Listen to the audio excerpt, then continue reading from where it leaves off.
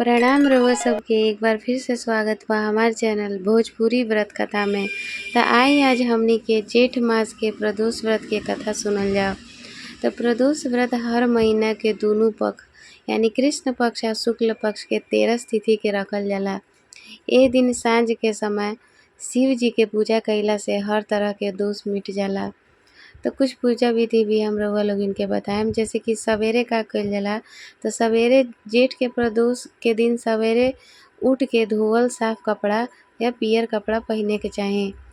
आ भगवान शिव के गोड़ छू के व्रत करे के संकल्प ली कि हे भोलेनाथ, आज हम निराजल या फलाहार जौन भी रउआ सक्षम होके करे में ओकरा से रउआ के आराधना करम। दिन भर मन ही मन ओम नमः शिवाय के जाप करत रही। सांझ के पूजा में सूरज बूढ़े से 45 मिनट पहले और 45 मिनट बाद के समय के प्रदोष काल कहल जाला। त ए समय दोबारा नहा के या हाथ गोड़ धो के भी पूजा पर बैठी। शिवलिंग पर कच्चा दूध, गंगा जल, दही, घी और शहद चढ़ा के पंचामृत से शिवजी के स्नान करवाई।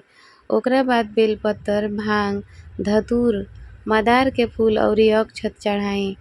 धूप दीप जराई, प्रदोष व्रत के कथा सुनी और आरती भी करी। तो चलिए अब हमनी के प्रदोष व्रत कथा के सुनल जाओ। तो एक समय के बात रहे, एगो बहुते गरीब ब्राह्मणी रहली जिनकर पति ना रहले।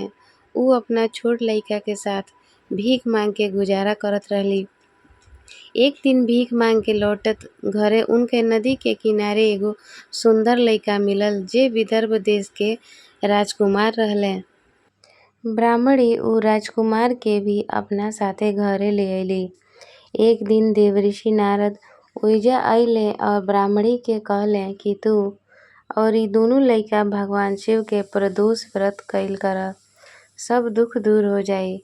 ब्राह्मणी नियम से व्रत करे लगली। कुछ दिन बाद राजकुमार जंगल में गंधर्व कन्या अंशुमति के देखले और दोनों में प्रेम हो गइल।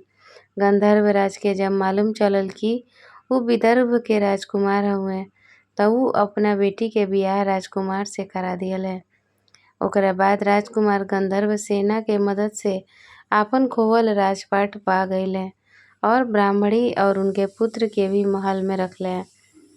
जैसे ब्राह्मणी के प्रदोष व्रत से दिन बहुरल, ओइसे ही जे इ व्रत करेला ओकर दरिद्रता दूर हो जाला।